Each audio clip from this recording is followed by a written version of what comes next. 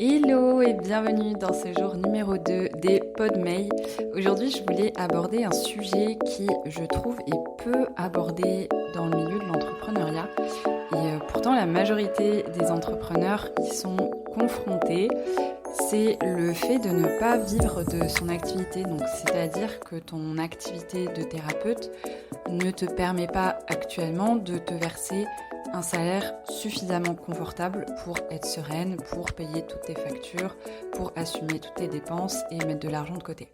Si c'est ton cas, sache que tu n'es absolument pas la seule et bien au contraire parce que selon une étude de l'INSEE, la rémunération moyenne d'un auto-entrepreneur est de 590 euros.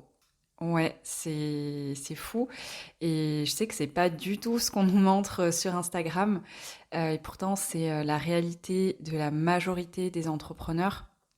Donc vraiment, ne culpabilise pas de ne pas faire les 5 ou 10 cas par mois qu'on te vante tout le temps sur Instagram, car finalement, c'est une minorité d'entrepreneurs qui arrivent à les faire et on ne sait jamais ce qu'il y a derrière. Généralement, ce ne sont pas des gens qui ont réussi à faire ça du jour au lendemain. Ça prend du temps et c'est normal. Maintenant, la question, si tu es dans le cas où tu n'arrives pas à vivre de ton activité de thérapeute, c'est qu'est-ce qu'il faut faire? Alors, tout va dépendre évidemment de ta situation. Si tu es lancé depuis quelques semaines, quelques mois seulement, c'est assez normal. Si ça fait déjà plus de 6 mois, voire plus d'un an, que tu es lancé et que c'est encore la galère, évidemment, il faut commencer à regarder les choses en face et faire un petit point sur ta situation.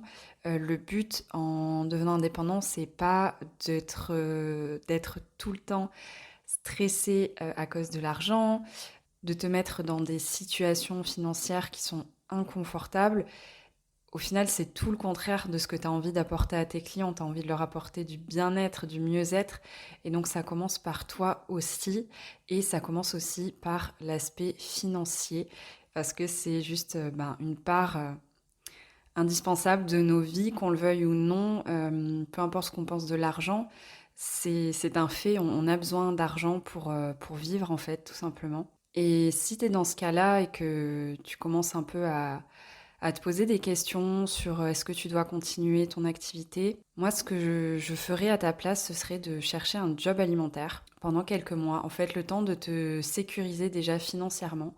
Et je trouve que c'est important d'avoir conscience que c'est pas du tout une honte d'avoir un job alimentaire à côté de ton job passion, on va dire.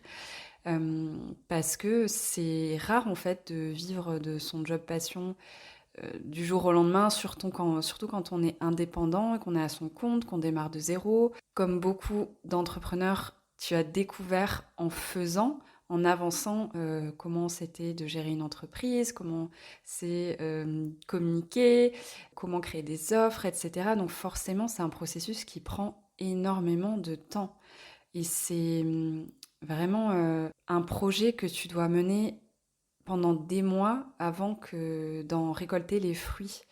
D'ailleurs, moi, je sais que si je devais recommencer mon parcours entrepreneurial, je pense que j'aurais commencé mon projet quand j'étais encore salariée et que j'aurais commencé à côté de mon CDD pour justement prendre de l'avance sur mon projet et une fois que j'ai décidé de plus être en CDD, d'avoir déjà de l'argent de côté, d'être en sécurité financière et de me dire c'est bon, j'ai travaillé, j'ai mûri mon projet, j'ai mûri mes offres, je suis prête à me lancer à 100% à temps plein là-dessus.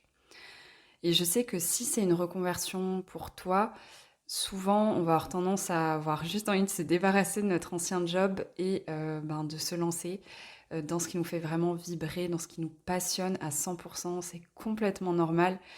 Mais je pense qu'à un moment, il faut aussi savoir se responsabiliser, se sécuriser et juste être réaliste. Et si ça fait plusieurs mois que tu galères et que tu as du mal, vraiment, c'est important de prendre ce temps d'auditer un petit peu ce que tu as fait, ce qui s'est passé dans ton business ces derniers mois ou ce qui ne s'est pas passé aussi. C'est là aussi qu'on va vraiment se concentrer. Est-ce que tu as vraiment tout donné pour réussir? Est-ce que tu as fait de ton mieux? Et vraiment, c'est des questions qui sont pas faciles à se poser, où il faut être très très honnête avec soi-même. Moi, je sais qu'il y a des périodes dans mon business, j'ai pas donné de mon mieux, j'ai pas fait tout ce que j'aurais dû faire, parce que je me suis beaucoup auto-sabotée. Parce que je pense que j'avais peur de réussir. On parle beaucoup de la peur de l'échec, mais la peur de réussir, elle peut aussi être très paralysante. Et ouais, donc c'est vraiment auditer tous les aspects de ton entreprise. Au niveau de la communication, est-ce que tu as mis des choses en place sur les réseaux sociaux, sur ton site web? Est-ce que tu as essayé aussi est-ce que tu as essayé de communiquer au niveau local, dans ta ville? Est-ce que tu as essayé d'intégrer des réseaux d'entrepreneurs? Est-ce que tu as essayé de faire des partenariats avec d'autres personnes pour avancer? Est-ce que tu t'es fait accompagner aussi? Parce que souvent, on pense qu'on va y arriver seul.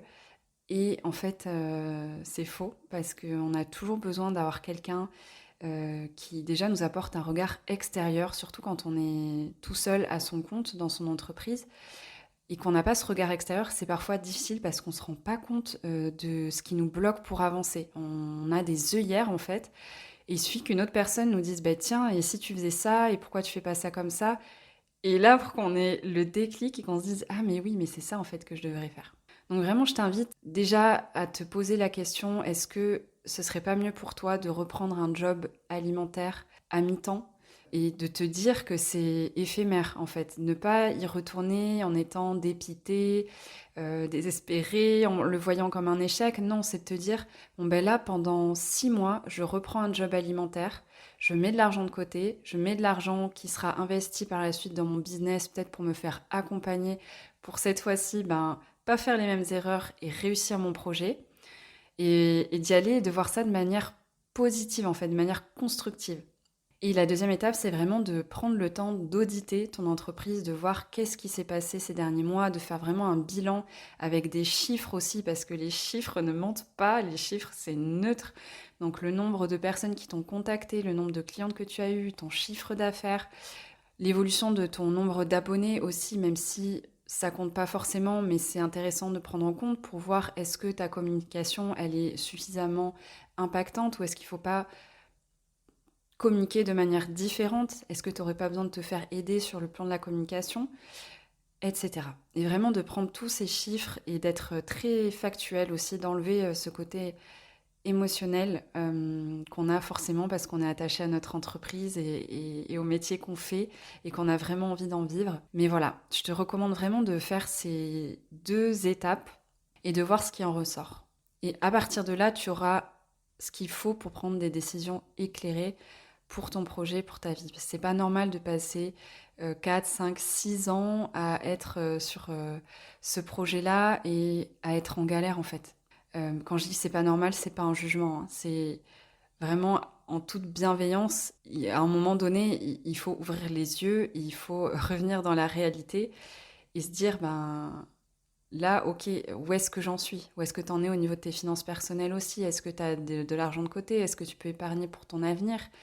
Est-ce que tu es indépendante aussi? Parce qu'en tant que femme, c'est important de rester indépendante, même si on a un conjoint qui peut nous aider le temps que notre projet se lance, etc.